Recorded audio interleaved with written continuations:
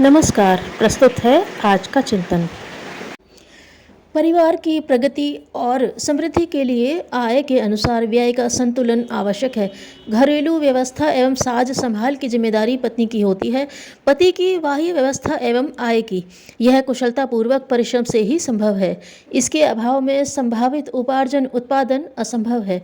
पति की अच्छी आमदनी के बाद भी पारिवारिक व्यवस्था लड़खड़ाते रहना तथा आवश्यकताओं की पूर्ति करने में असमर्थ होने का एक कारण यह भी है कि पत्नी द्वारा गृहस्थी के कर्तव्यों की गैर जिम्मेदारी एवं अनावश्यक खर्चों आदतों का शिकार होना। अनावश्यक और इच्छाओं में भेद न समझ पाने के कारण घर को कबाड़ी की दुकान बनाते रहने और पति पर अपना पूर्ण अधिकार समझने वाली महिलाएं उनके विकास में बाधक होती हैं। वे यह आशा करती हैं कि उनके पति अधिकांश समय उनके साथ में ही रहें।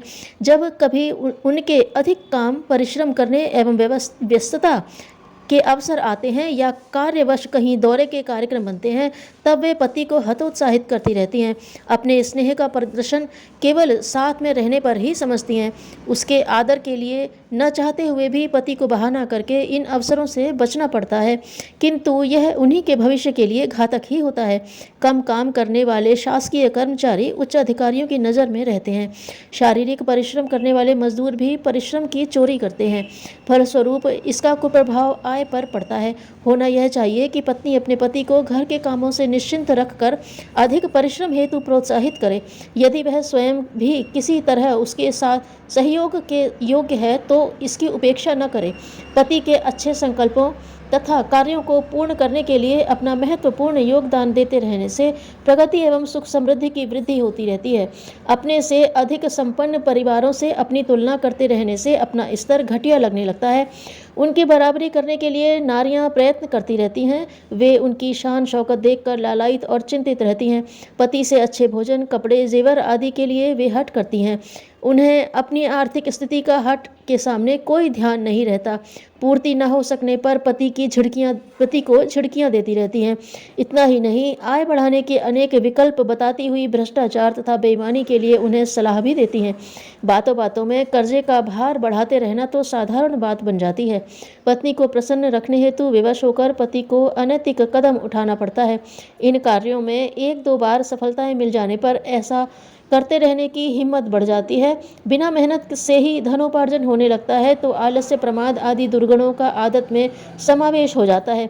इससे उनकी कार्य क्षमता और योग्यता क्षीण हो जाती है तथा भावी प्रगति के द्वार बंद हो जाते हैं। यदि पत्नी अपनी आर्थिक स्थिति के अनुसार व्यय करे तथा अनावश्यक इच्छाओं की पूर्ति हेतु हठ न करे तथा अपने से कम साधन सुविधा वाले परिवार से तुलना करे तो निरर्थक इच्छाओं को प्रश्रय नहीं मिलता, अर्थाभाव में भी परेशानी अनुभव नहीं होती और संतोष धैर्य के साथ जीवन के सुखों को भोगा जा सकता है। इतने में ही कुछ बचत करके या उत्पादन कार्यों में सहयोग देकर पति को ईमानदारी एवं परिश्रम के लिए प्रोत्साहित कर सकती है। ईमानदारी की हर स्थिति में मांग होती है।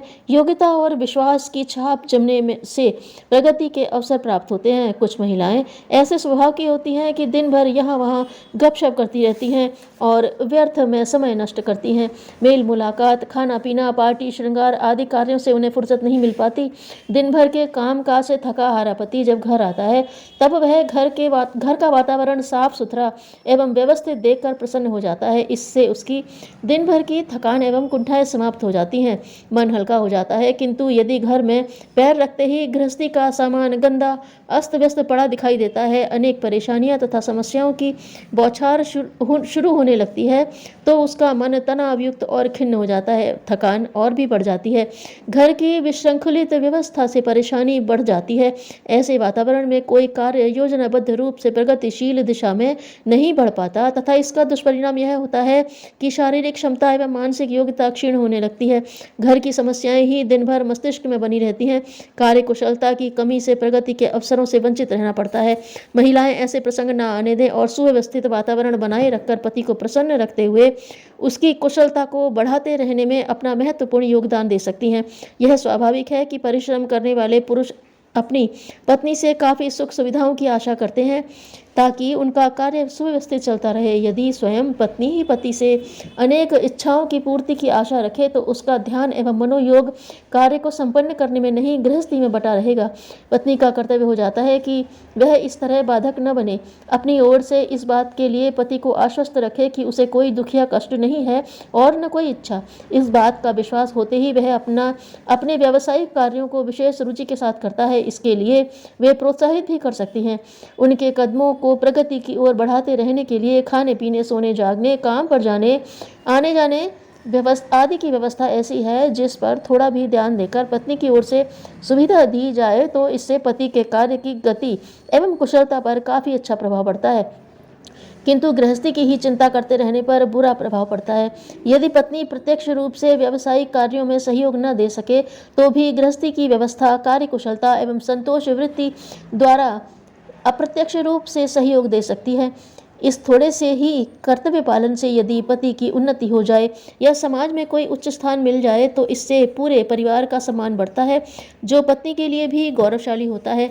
अतः नारी को अपनी तरफ से सतर्क रहा जाए, अहमन्यता त्याग कर विकासशील कार्यों में अपना कर्तव्यनिष्ठ कदम उठाने की आवश्यकता है। जिसके पास स्वास्थ्य है वह कुछ न होने पर भी भाग्यवान है। धन्यवाद।